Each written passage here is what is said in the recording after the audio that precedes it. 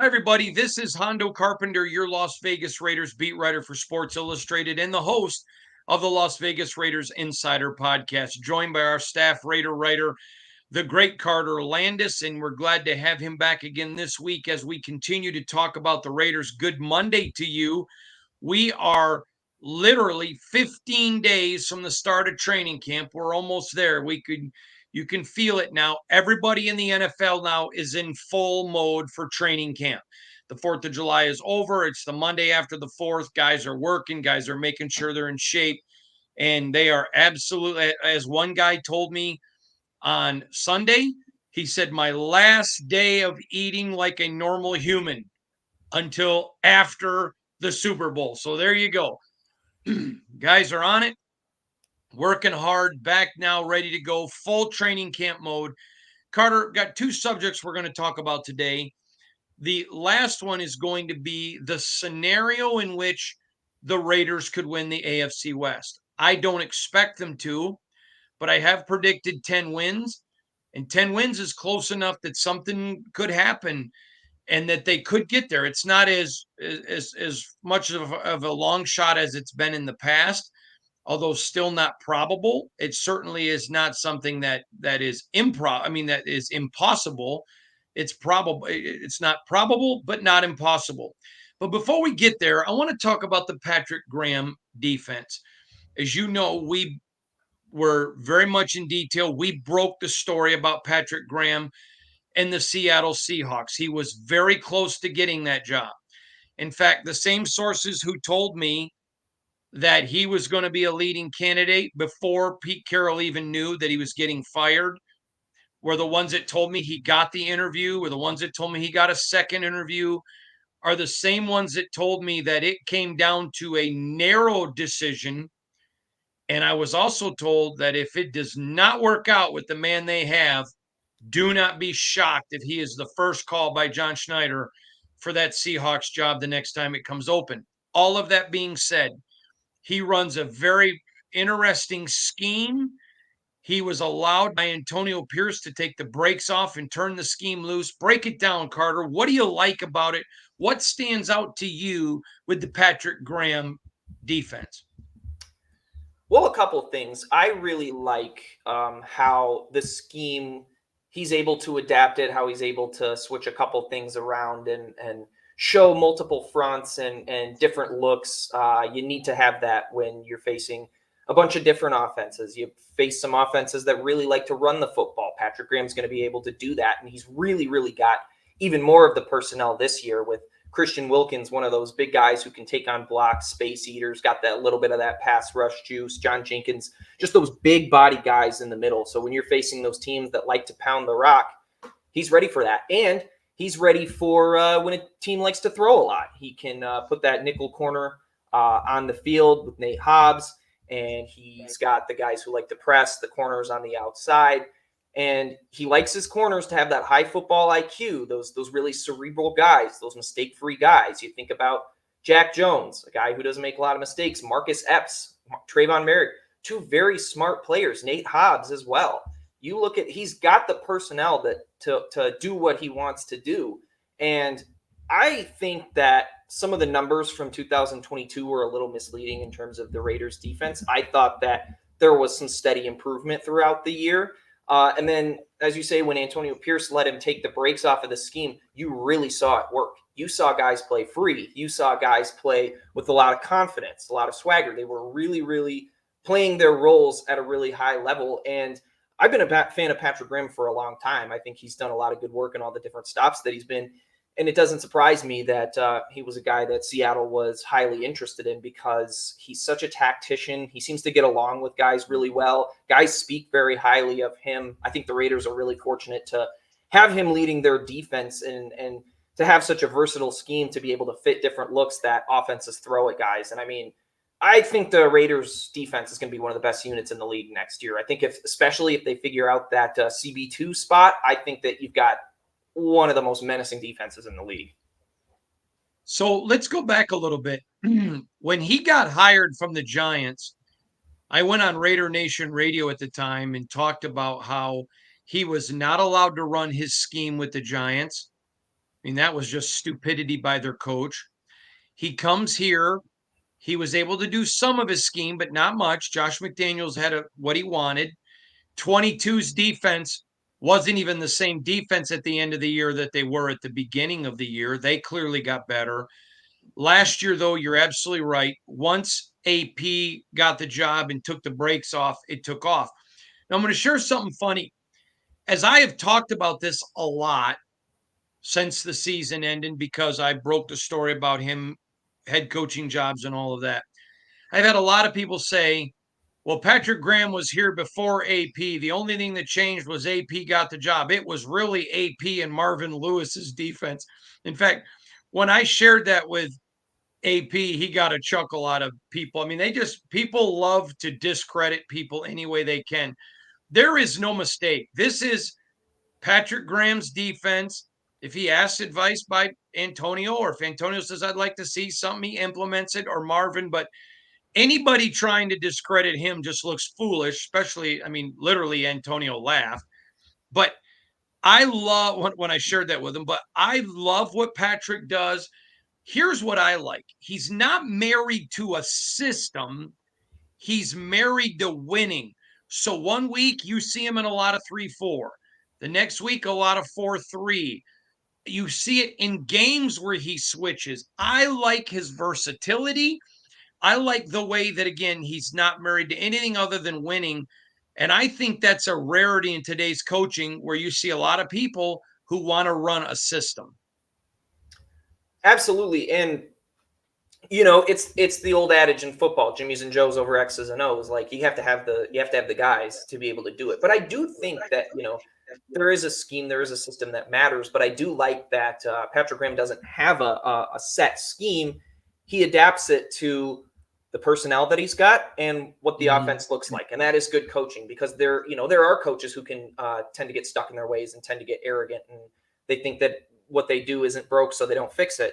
But good coaches are always adapting and always changing what they do, and that's what Patrick Graham does for sure. 100% agree with you. I want to quickly touch one other thing, though, because I think it's very important and germane. But one of the things that I like about Patrick, and it's why he kept his job, was because Antonio Pierce likes it when his coaches adapt to what they have. Because if you're not adaptable and somebody goes down and gets injured, the next guy, you saw it on how Josh McDaniels totally hurt Aiden O'Connell when he got his first start in LA last year. That said, I want to go somewhere with this. You see an example. They were not intending to pick Brock Bowers. They had no idea he was going to be there. They did not think he was. Bam, he was. Luke Getsy goes back to the lab, changes and adds a lot of 12 offense because they're flexible. I think that flexibility really shows you the depth of how good of a coach is. And I know this. I know in Seattle and one other team that considered interviewing him and didn't. But one of the things that stood out to both teams was the fact that he was able to adapt and adjust as the season went on. And to be a head coach, you have to keep your head on a swivel.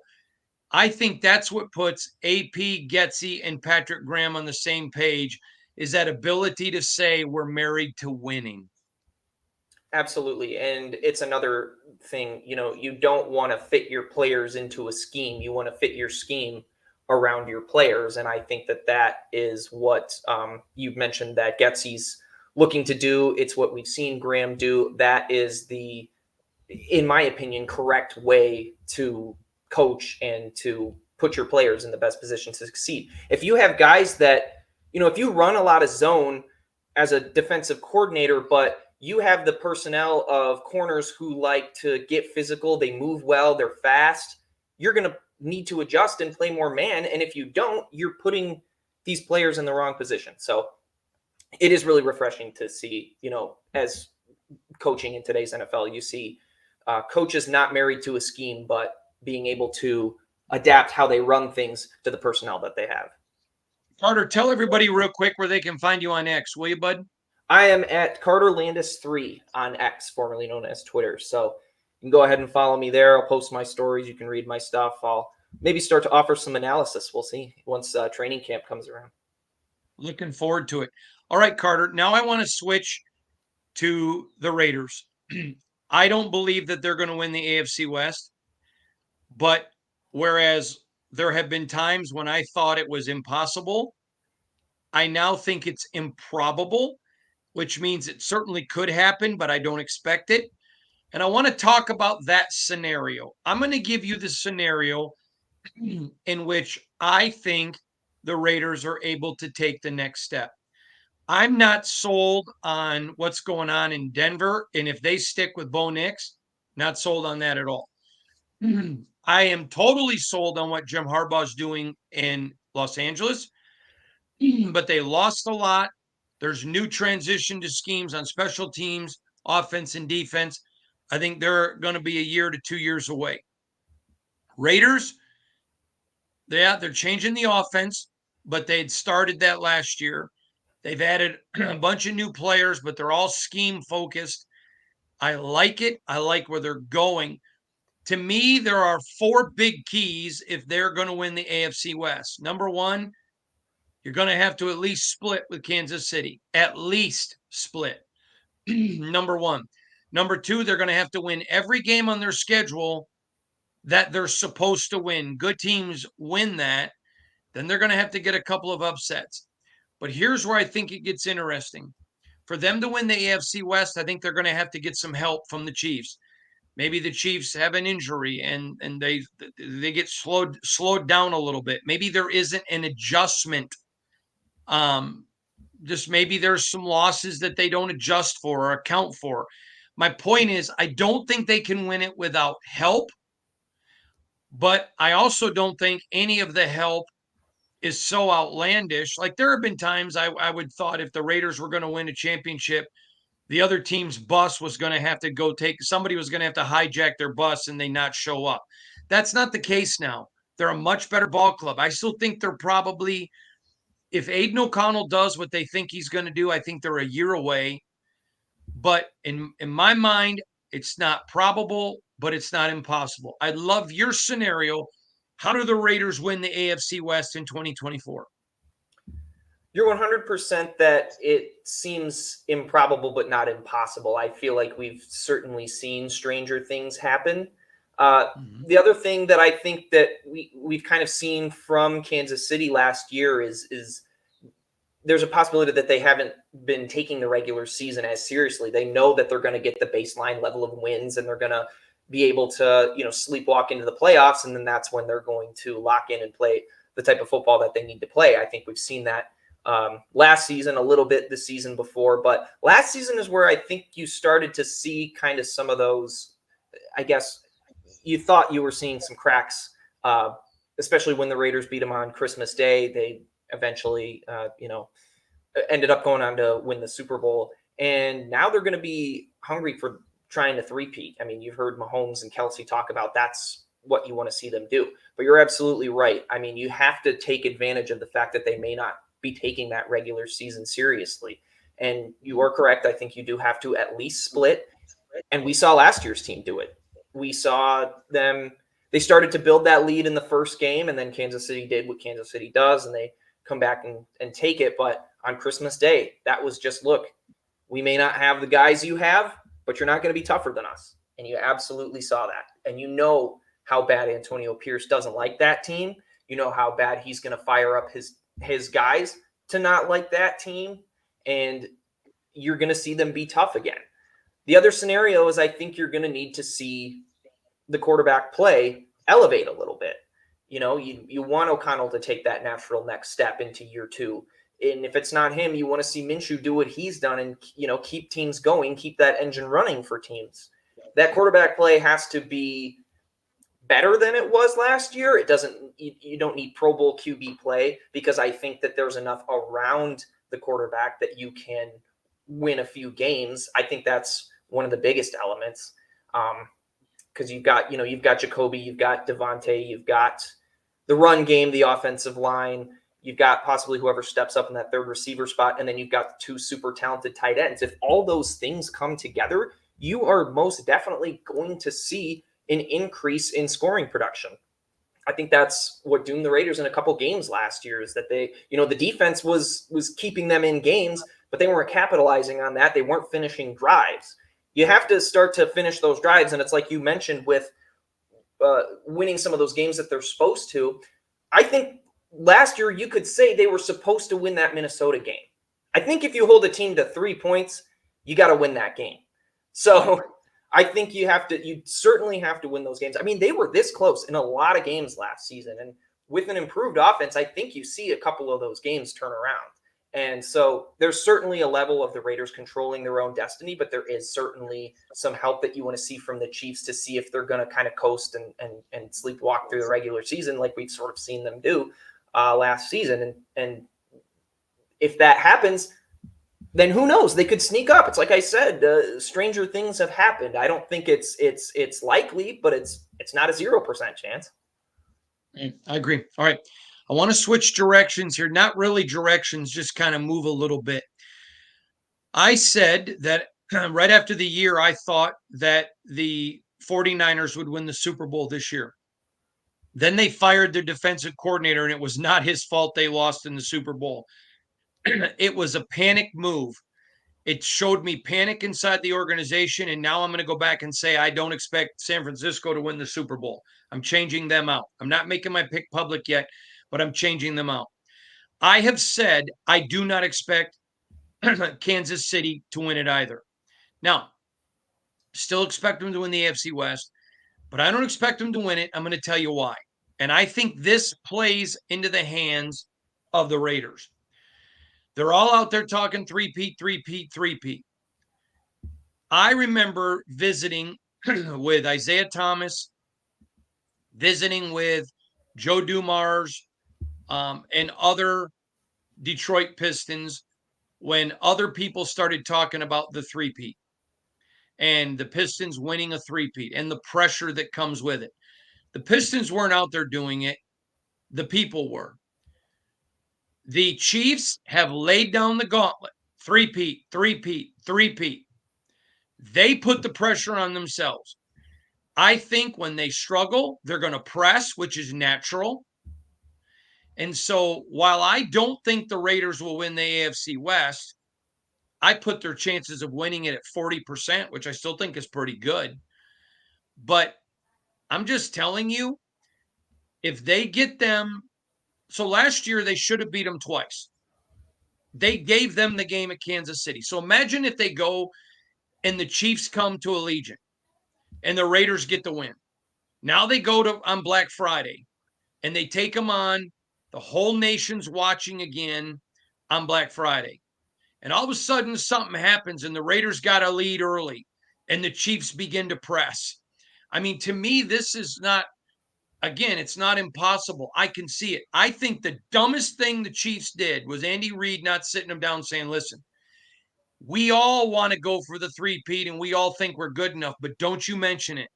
You just keep your mouth shut, celebrate the Super Bowl, and your focus is on, hey, we're not talking about a Super Bowl. We're just focused on getting to OTAs, getting to the mandatory minicamp. I think the Chiefs did themselves a disservice, and looking back at 24, when they don't win it, and I don't think they will, I believe we're going to look back to their championship parade, all the three-peat crap, the pressure. You already saw Travis Kelce twice last year act the fool under pressure. Christmas Day and in the Super Bowl. To me, it was a dumb move, and that opens the door a little bit wider. If they hadn't have done that, I would put the Raiders' chances at winning 25 to 30%. But I got them at 40 now because the Raiders have no pressure.